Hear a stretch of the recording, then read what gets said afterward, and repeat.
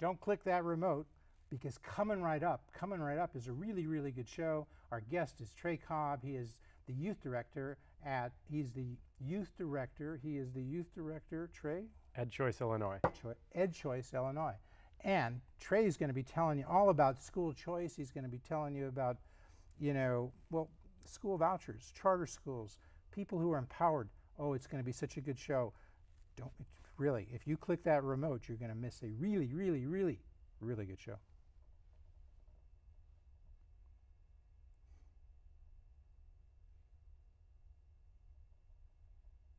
You're watching Public Affairs. As promised, our guest is Trey Cobb. He is at Ed Choice, Illinois. That organization has been around here for, what, about a year, Trey? Oh, geez, just since August now, Ed Choice, Illinois started. August of 2013? Yes. All right, so it's not quite a year. No. Miles Mendoza has done great things. Really, that is about, well, look, one thing, we often think of school choice as something coming from conservatives, coming from Republicans. I have a feeling your boss, Miles Mendoza, no Republican. Well, he came out of Democrats for Education Reform. That's a tip-off right there. Yeah, I would say probably not. All right. So, but I think that's all to the good, because we're seeing the choice movement sort of spread. At one point, people thought of it as sort of like coming out of conservative think tanks. It's a small group, mostly white supporters. I mean, I went to one of your events. What was it, 2 or 3 months ago? It was in March, late March. March, okay. So we say we're taping this show on June 4th. It was like 3 or 4 months ago. What was it, 200, 250 people there? About 200, maybe a little less than 200 people there. I'd say fair. Of those 200, it was pretty evenly matched in terms of Hispanics, in terms of African Americans, and in terms of whites. It was a very diverse crowd, right? Racially, religiously, in terms of age. This movement is really picking up steam within communities, and that's one of the reasons that I'm really excited about our potential moving forward into November and then into 2015. So it's picking up steam, and sitting in the front row at that event was Jesse White, Secretary of State. Mm-hmm. I didn't know. Is Jesse a supporter of school choice, school vouchers, charter schools? You know, I think you'd have to ask Mr. White that, Secretary White. But he was there in the front row. But he was there, which was really exciting. And what's even more exciting than his attendance alone was the fact that sitting right next to him or across the row was Bruce Rauner. Two people on very different ends of the political spectrum, obviously, maybe both moderates in their own respect to some regard, but obviously in different political parties. And it's exciting to see two people that look very different, probably think differently, coming together on such an important issue. That event was March 4th, did you say? It was March 28th. Oh, March 28th. So the primary is March 18th. Yes. So that was about 10 days after Bruce had picked up the nomination from the Republican Party, the nomination for governor. He, of course, Bruce Rauner, Republican nominee for governor, big-time supporter of choice, certainly of charter schools, and I think school vouchers as well. Would that be fair? You know, that's another thing that you have to ask Bruce? Mr. Rauner. Bruce, could you come on? Because we've been trying to get it on. And you saw like Mike Flannery, my good friend Mike Flannery at Fox Chicago Sunday, just a week or so. We're taping this on June 4th, maybe a few days ago, complaining that, Bruce, you're not making yourself available to the media. So this isn't just Jeff Berkowitz talking about this. When you got Mike Flannery out there coming after you, oh, Bruce, I'd say first stop, Public Affairs over here. We're folks, you notice those surroundings? We're taping here at CAN TV. I mean, Tony Joyce put together this really great crew. I got a magnificent crew. We've done 815 shows, Public Affairs before, but this is our maiden voyage at CAN TV with Trey Cobb. So getting a little distracted here, but it's true, Bruce, you got to come out and start meeting with the media, okay? I think you heard me? I bet Bruce Rauner watches this show. Absolutely. I'd be surprised if he doesn't. Look, he lives in Winnetka, and we air twice a week. Everybody knows, Monday and Wednesday at 8:30, Channel 19 in Winnetka. And he also lives sometimes in Chicago. We air there every Monday night at 8:30 on Channel 21. So if you're watching this on YouTube, and you would know it's on YouTube, it's youtube.com/publicaffairs.tv, and my blog. You'll see the screen. Sometimes they'll show this two-line thing, the YouTube channel up on top, and my blog at chicagonow.com/publicaffairs on bottom. See that? So Bruce, of course we air in Rockford every Thursday night at 8:30 p.m. on cable channel 17, and Aurora, our good friends in Aurora, Monday, Wednesday, and Saturday on channel 10, Aurora Community Television. All right, Did I miss anything? I have no idea, I'll be honest. Now, Trey was asking what the audience is like before the show. I told him it was like 1 million, 2 million, nothing to be scared about, right? Yeah, I don't know. You think I might be exaggerating a little bit? I've been on the radio once or twice with like 10,000 people listening. 10,000? But this is a little bigger than that. Was that Dan Proft and Bruce Wolf? I was on. You were there. I were there for about 5 minutes. I got to talk with them. Dan gets actually 10,000 listeners these days? I was told 10,000 listeners. I was on WLS on Sunday evening. Oh, for the Sunday evening show. Yeah. Now he might get more because he's in that 5 to 9 drive time. Mm-hmm. Dan, if you would come on Public Affairs, people would know so much more about you. I think you could get more than 10,000 listeners. I expect that he probably does. All right, so let's get serious. We only have about 24 minutes left. You're here to tell us about school choice. Mm-hmm. That's a lot of what you do at Ed Choice, Illinois, Mm-hmm. right? Seriously, a fantastic organization out there promoting school choice. Along with the Illinois Policy Institute, our good friends at the Illinois Policy Institute promote school choice. Our good friends at the Heartland Institute promote school choice. We're fair and balanced here. Our good friends at Democrats for Education Reform. Oh, I didn't know. Okay, my good friends at the Democrats for Education Reform, they're also school choice supporters? Yeah, absolutely. Okay, I'm sorry. We'll have to get somebody. Who heads that organization? In Chicago, that's Rebecca Huffman. Okay, Rebecca, don't wait for like an engraved invitation. Get in touch with me. jbcg@aol.com. We'll get you on. No, we're pretty balanced. We are. If we have Republicans on here, we ask tough questions from the left. If we have Democrats, tough questions from the right.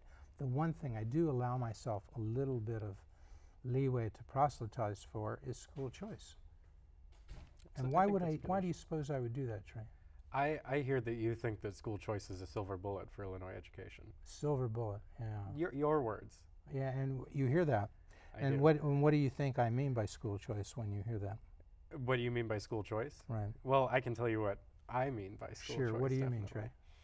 School choice is the ability of children to craft their own education, be that in the private sector, parochial schools, independent schools, in chartered public schools like Urban Prep, Noble, University of Chicago Charter, KIPP, or in the traditional public school system itself. And some of the examples of school choice in the traditional school system we're very familiar with. Selective enrollment schools like Walter Payton and Northside are school choice, but there are even more drastic policy options that would help kids, like open enrollment, so that kids can really decide where they go to school, even within the traditional system, without having to be relegated to their just neighborhood school as they are now. Okay, and now let's tell people a little bit about you. You know, you were born in Chicago, right? Yes. Went out to California for a bit.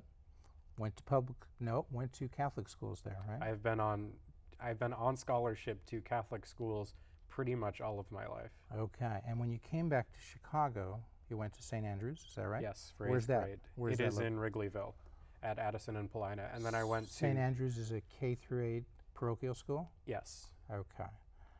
And you went there in scholarship, and then you went to high school at Fenwick, out in Oak Park, where our good Governor Quinn went. Yeah, so he was a believer in school choice then. He didn't go to a public school, did he? You know, I think that most people are probably glad that school choice exists in some way.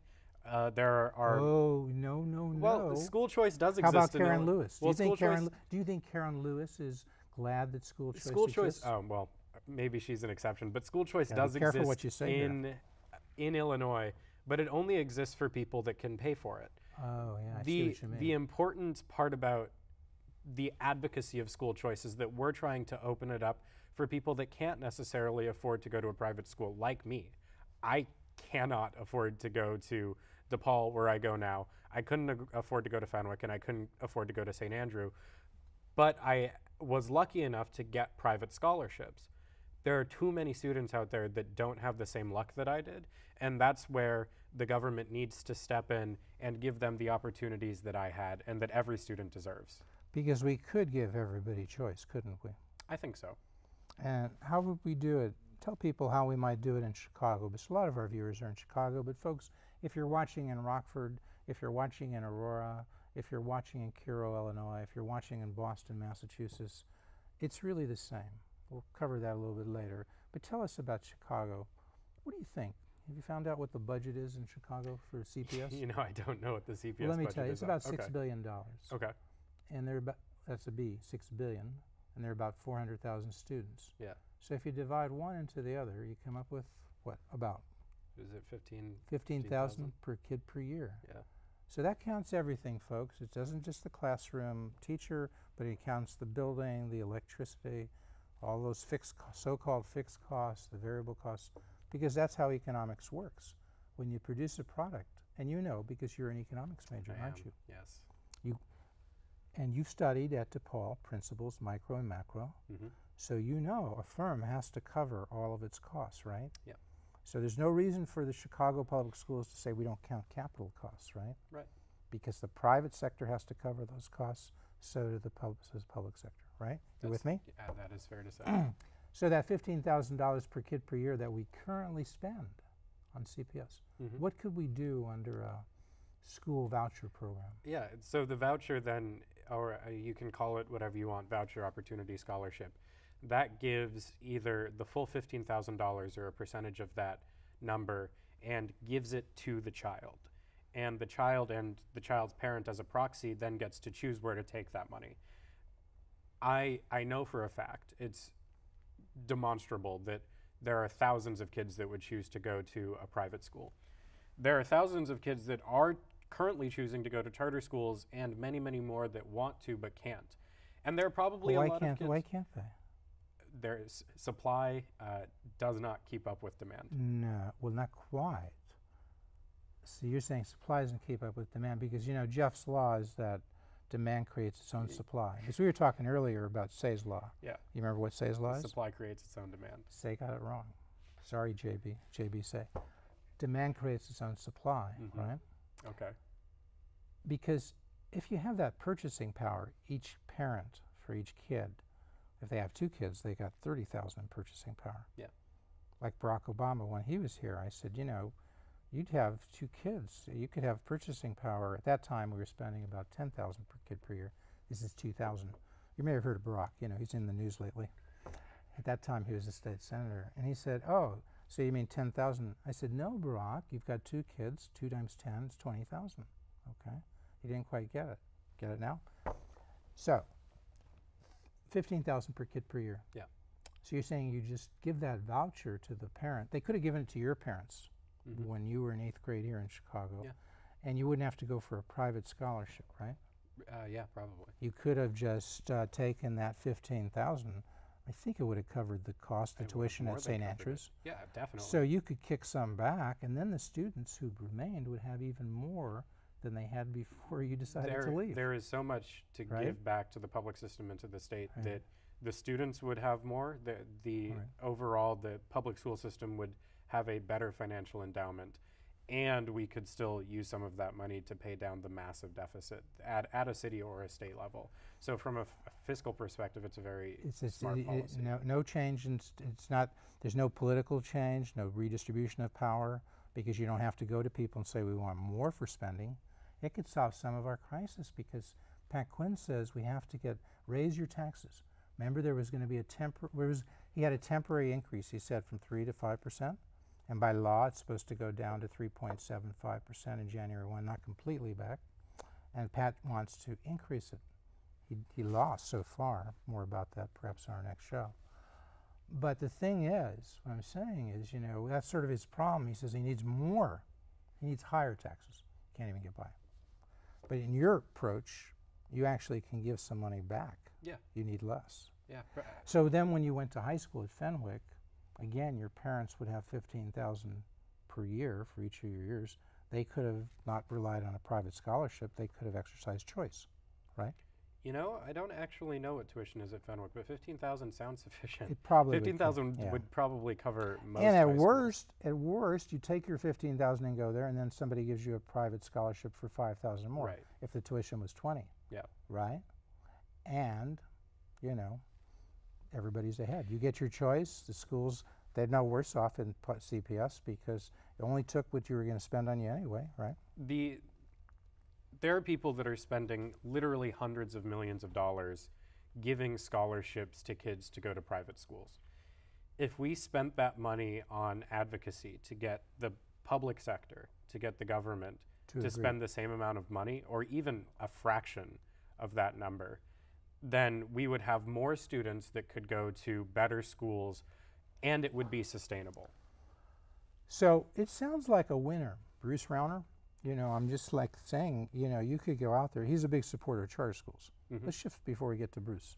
How about charter schools? Big supporter of charter schools? The important thing about charter schools is that we need to support good charter schools. And this applies to every sector. The important thing about this policy in general is that we need to be directing our money to good schools. And a big part of that is letting the parents choose. But when it comes to charter schools specifically, because the existence of the school is ultimately controlled by the state or the authorizer, we need to make sure that the charter schools that are in existence and that persist are performing the way that we would like them to. Well, this is where you and perhaps your mentor, Miles Mendoza, the head of Ed Choice Illinois, the executive director, and I and Milton Friedman on the other side kind of part ways. Yeah. So I got a lot of faith. You've got pretty good parents, don't you? Yes. Yeah. They've raised you, right? Yeah. You have a grandparent who's helped raise you, right? Yes, my grandmother babysit right? for me, yeah. So can't they make these decisions? I mean, if you and your parents and your grandmother decide there's a charter school that's good for you, can't we rely on you? Or do we have to have the state, do we really have to have Miles Mendoza come in and say it's okay? I love Miles, he's fine. But Miles, we don't need you. You've got great parents, right? You've got you. Great parents, yes. I rely on you. Why do I need somebody else to tell me it's a good school? You don't. Okay. But there does need to be the assurance, or at least the attempt, to make sure that no matter where a student goes, they will find a quality option. Okay. We were talking earlier in the day about creative destruction, right? This process of making the sector as a whole, making education as an industry stronger in general by culling out the weakest schools, basically. And that has to happen sometimes intentionally so that the kids that, for whatever reason, do get left behind will be left in schools that are still successful to a larger degree than they are now. Well, so even when we're talking about the furthest left side of the bell curve, those schools aren't failing to the unbelievable degree that they are today. No, but you mentioned creative destruction. The economist who has the name associated with that? Don't remember. Joseph Schumpeter. Okay. So that's the idea that's how competition works. You sort of bad drives out, I've heard the expression bad pennies drive out good pennies. Bad schools, or the other way around. Good schools drive out bad schools. It works the other way with money, which we won't go into. Sometimes bad pennies drive out good pennies, but it's a whole other story. But in commodities, in products, in competition, good schools would drive out bad schools through competition. Ideally, yes. So that is the check.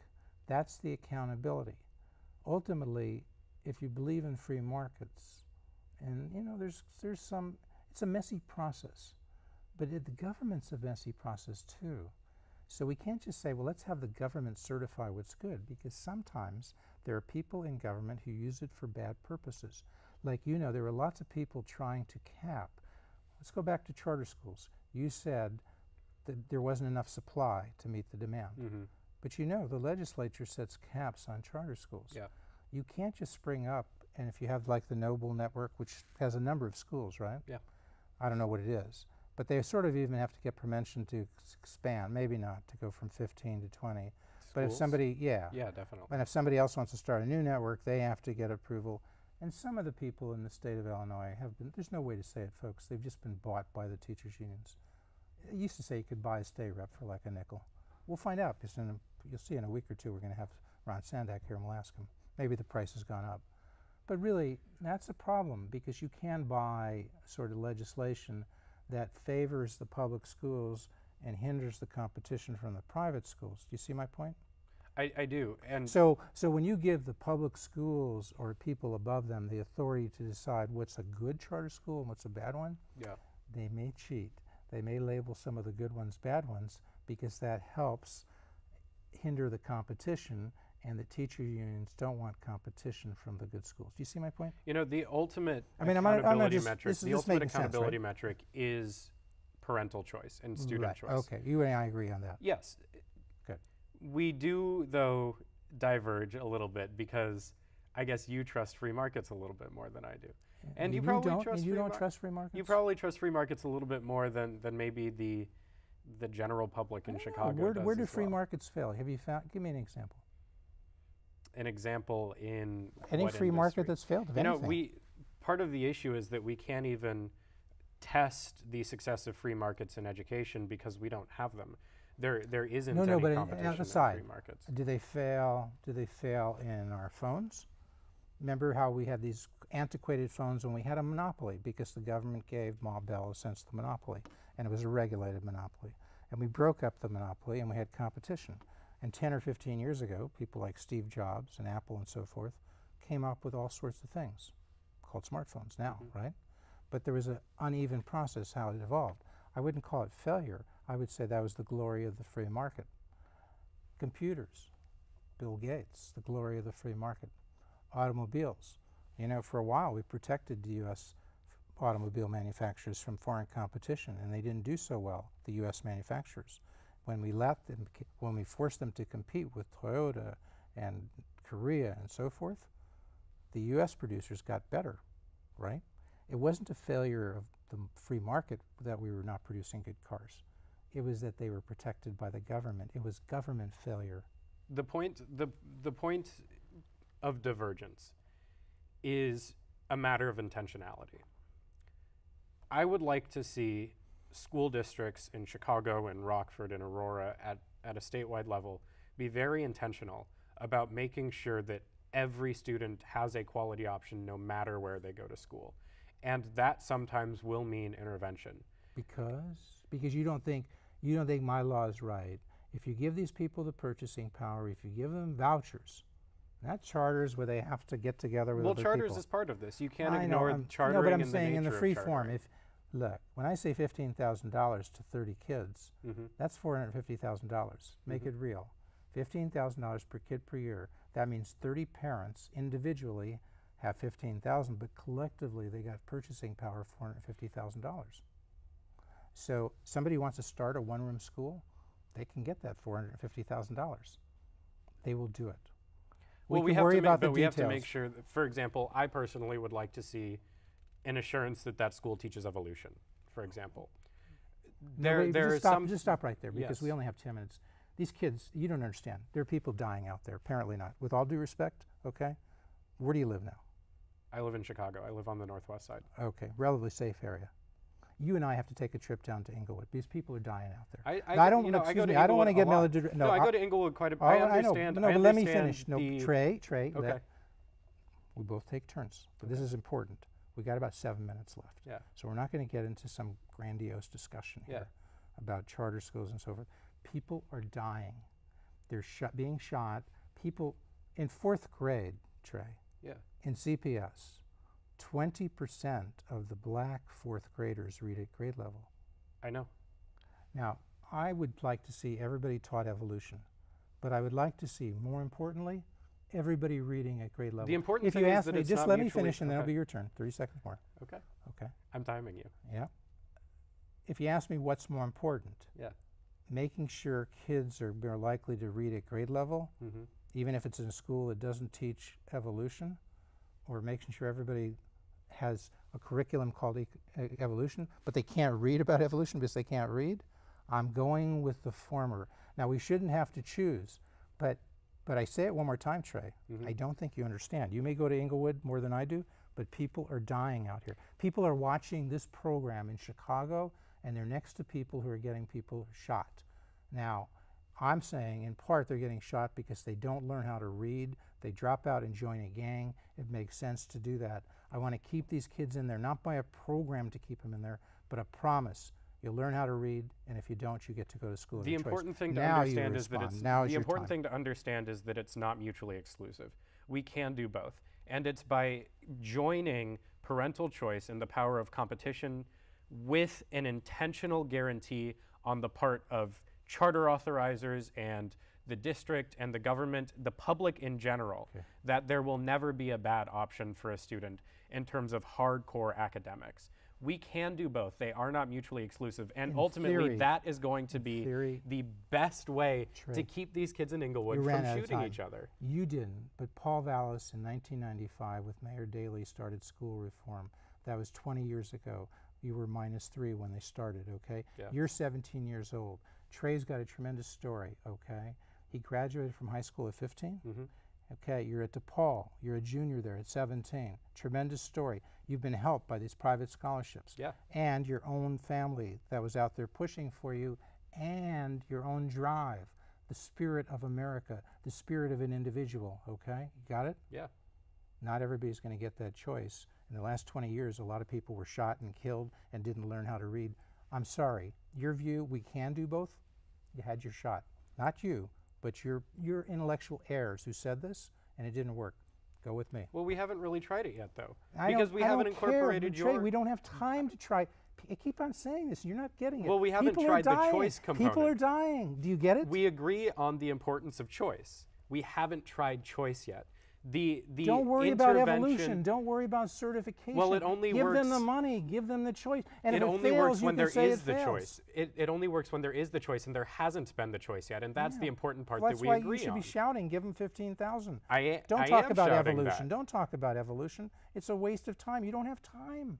We want to create an ideal system. Do I have to like stand on your heart and pound it? If your system was what became agreed on, I would jump. I would do anything to make that happen. Great. But if there is a step further where we can, in addition to your proposal, ensure that there is not a low-quality school in the entire state, then I want to do that as well. We might have one bad school. I will trade that. If we get 99% good ones, right now we've got 80% bad ones. 80% of the kids don't read at grade level. And we agree on that. Well, then don't worry about there being one bad school. I just see how want many to good keep schools in you mind, can get. we agree that choice is part of the solution, is the primary part of the silver solution. bullet. Say it, please. I can't. Oh my gosh. Well, for other reasons also. For example, parents need to have information. Come back, and we're running out of time. Okay. He'll be back, and then by next time he'll be convinced that I'm right. Right? We'll see. All right. Thank you so much for coming. Oh, thank you for Trey having me. Cobb, Youth Director at EdChoice, Illinois. Where do they find you? choiceforkids.org. And I also want to point out that there's an event happening on Friday, June 13th. Hopefully it won't bring us any bad luck. It's going to be about traditional school autonomy, some of what we talked about. It's going to be at the Sperta Center on June 13th. What's the address? Do you know? 610 South Michigan. Register at choiceforkids.org, the number 4. And what do they get when they go to that event? What do they find out? We're going to talk about innovation in traditional schools, basically how we can bring choice to the traditional public school system. So you're going to make the traditional neighborhood schools better, the non-select enrollment schools better. Yeah. Right? Yeah. This is how we improve the public school system. You want to give us a preview how you're going to do that? We're going to talk about education technology, yoga and meditation as a method of violence prevention, and Russell Simmons is going to be leading that discussion, and we're also going to talk about experiential learning. And then there's going to be a discussion about how